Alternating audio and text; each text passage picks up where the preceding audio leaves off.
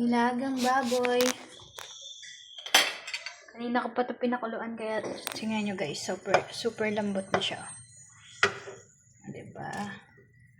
Kahit ano tusukin ko dyan, malambot na. Oh, diba? Lambot na. Ayan na.